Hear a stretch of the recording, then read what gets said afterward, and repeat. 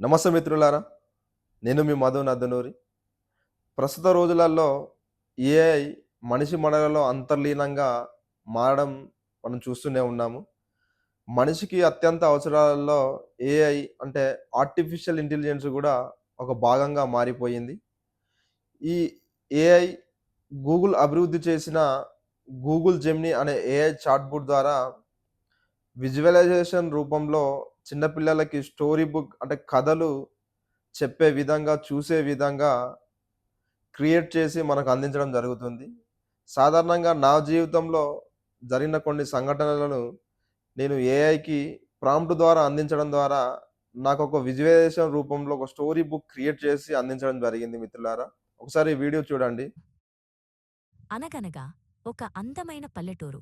ఆ ఊరిలో నద్దునూరి దేవయ్య, అతని భార్య ధనమ్మ, ముగ్గురు పిల్లలు మమత, మహేష్, మధు ఎంతో సంతోషంగా జీవిస్తున్నారు. వారి ఇల్లు ఎప్పుడూ నవ్వులు, ఆటపాటలతో కళకళలాడుతూ ఉండేది. మమత పెద్దది. ఆమెకు కథలు చెప్పడం, బొమ్మలు వేయడమంటే చాలా ఇష్టం. మహేష్ చురుకైనవాడు, ఆటల్లో ఎప్పుడూ ముందుండేవాడు. చిన్నవాడు. మధు చాలా అల్లరి పిల్లవాడు.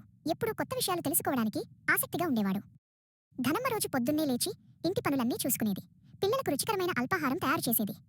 దేవయ్య పొలానికి వెళ్లి పనులు చూసుకునేవాడు. సాయంత్రం అందరూ కలిసి కూర్చుని కబుర్లు చెప్పుకునేవారు. ఒకరోజు ఆకాశం ఒక్కసారిగా నల్లగా మారిపోయింది. ఉరుములు, మెరుపులతో కూడిన భారీ వర్షం మొదలైంది. వర్షం ఆగకుండా కురుస్తూనే ఉంది. ఊరిలోని వాగులు, వంకలు పొంగిపొర్లడం మొదలుపెట్టాయి. వర్షం ధాటికి వారి ఇంటిలోకి నీరు చేరడం మొదలైంది. ధనమ్మ, పిల్లలు భయపడ్డారు. దేవయ్య ధైర్యం చెప్పి అందరినీ సురక్షితమైన ప్రదేశానికి వెళ్లమని సూచించాడు. దేవయ్య, మహేష్ కలిసి ఇంట్లో ఉన్న విలువైన వస్తువులను పైకి చేర్చడానికి ప్రయత్నించారు. మధు కూడా తన చిన్న చేతులతో సహాయం చేయడానికి ముందుకు వచ్చాడు. ఊరి ప్రజలందరూ ఒకరికొకరు సహాయం చేసుకోవడానికి ముందుకు వచ్చారు. దేవయ్య కుటుంబానికి కూడా పొరుగింటివారు ఆశ్రయమిచ్చారు. ఆ రాత్రి అందరూ కలిసి భయంతోనే గడిపారు.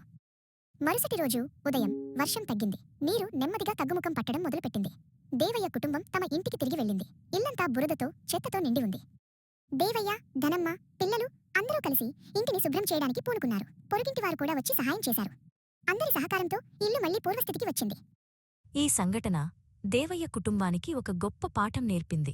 కష్టాలు వచ్చినప్పుడు ధైర్యంగా ఎదుర్కోవాలని, ఒకరికొకరు తోడుగా ఉండాలని, సమాజం సహాయం ఎంతో ముఖ్యమని వారు తెలుసుకున్నారు. వారి బంధం మరింత బలపడింది.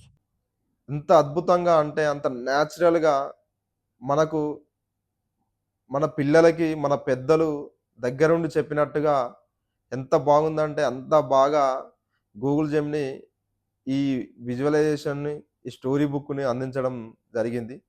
ఈ వీడియో మీకు నచ్చినట్టయితే ఇలాంటి మరింత ఇన్ఫర్మేషన్ కోసం please do subscribe our channel.